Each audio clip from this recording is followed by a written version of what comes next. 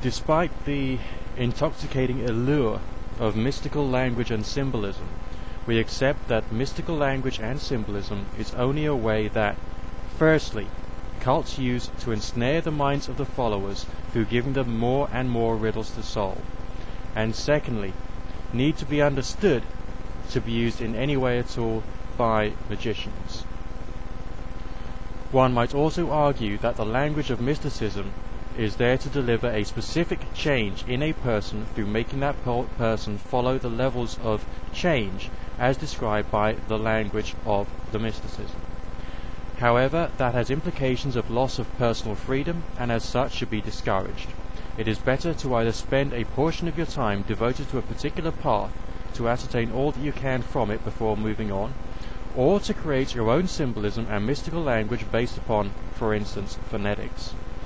And another useful method is to perform extensive research into the theories behind the creation of symbolism first, before you get involved in the study of any symbolism.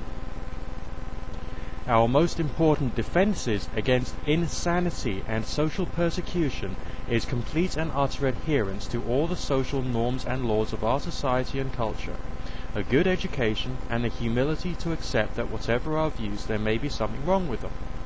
To find that which is incorrect and wrong, and to work on self-improvement and magical improvement, is part of our lives. The purpose for us in getting a good education is to learn how to think for ourselves, without which we would just be a puppet for someone else to control at their whim. However, many do get a postgraduate education without thinking what the education was trying to teach them. Most practicing magicians have no knowledge of the true meanings of the words art or science. However, they do state that they are practicing an art and science. It is therefore of paramount importance to study the words art and science in all their contexts and not just to refer to a dictionary. Becoming a master of quoting things is a great way to seem like a soulless, thoughtless robot who has psychiatric diseases, but actually learning how to think, and to think like a scientist and an artist, is essential if you're going to explain magic as either a science or an art. Although the stories of our success may be enthralling and the stories of our failure may be entertaining, we do not seek to deliberately terrify the audience into believing supernatural ideas. If we were to do so, we would become cult leaders.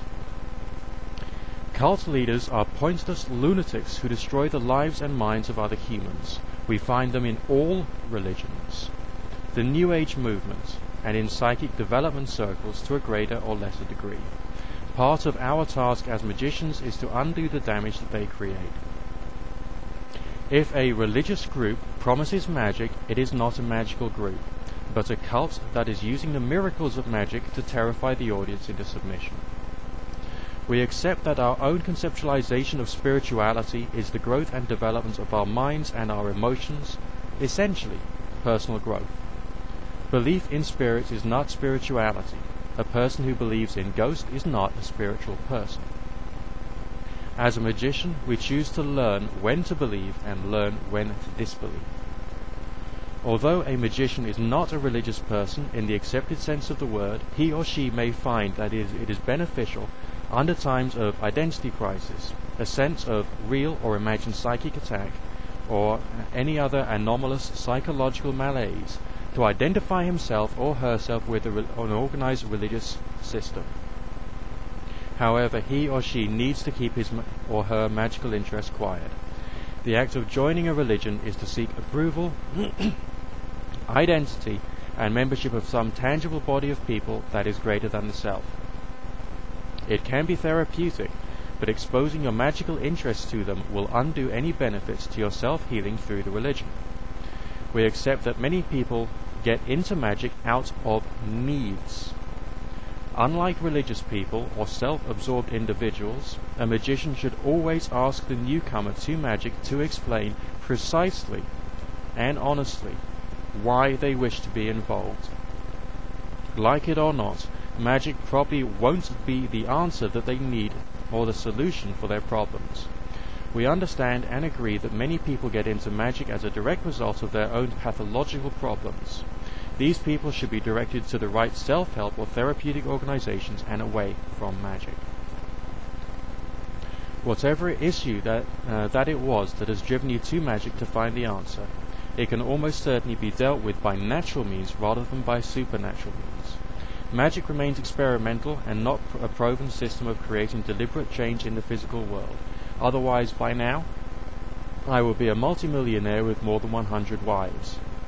I'm not kidding. A magician is careful with his speech so as not to create false beliefs or the misunderstandings, or to fill the lives and minds of his audience with fear and paranoia. For instance, it is better to say, "I would like to try a spiritual healing on you, if you don't mind, just to see what happens," rather than, "There is an evil demon that has possessed your aura and biomorphic fields and has driven your wife, family, and children away from you, due to a root evil matrix on your 7th level of being, and only I, the great Merlin, can remove it with my magical abilities."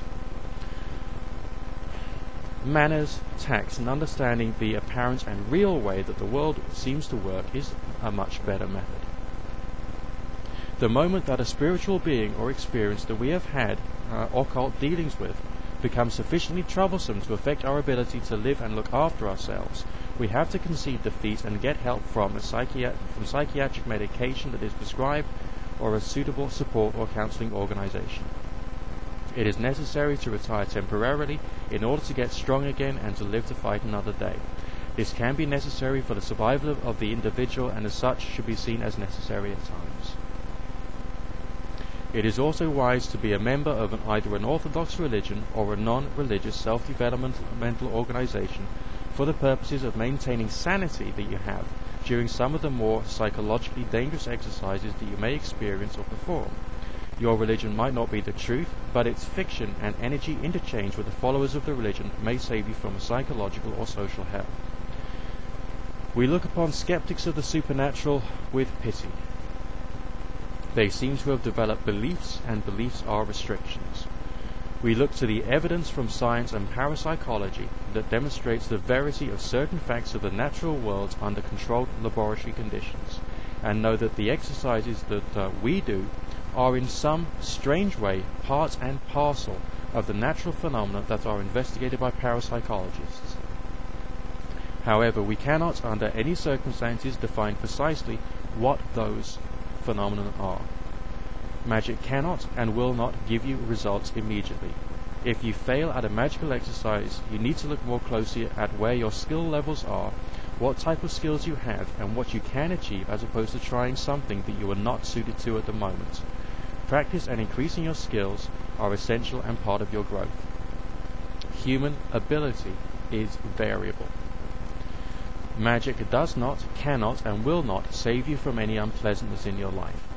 The best case scenario is that through your journey of magic, you will gain spiritual experiences and a lot of life learning that you wouldn't normally receive through being normal. On your journey, you will experience moments of telepathy, psychokinesis, out-of-body experiences, prophetic visions, the powers of a spiritual healer, many results from ritual and meditation, and some medium experiences, and much more that I have not written or spoken about. If you work hard, you will learn to control some or all of these phenomena. You will not, however, master or unbalance the entire universe.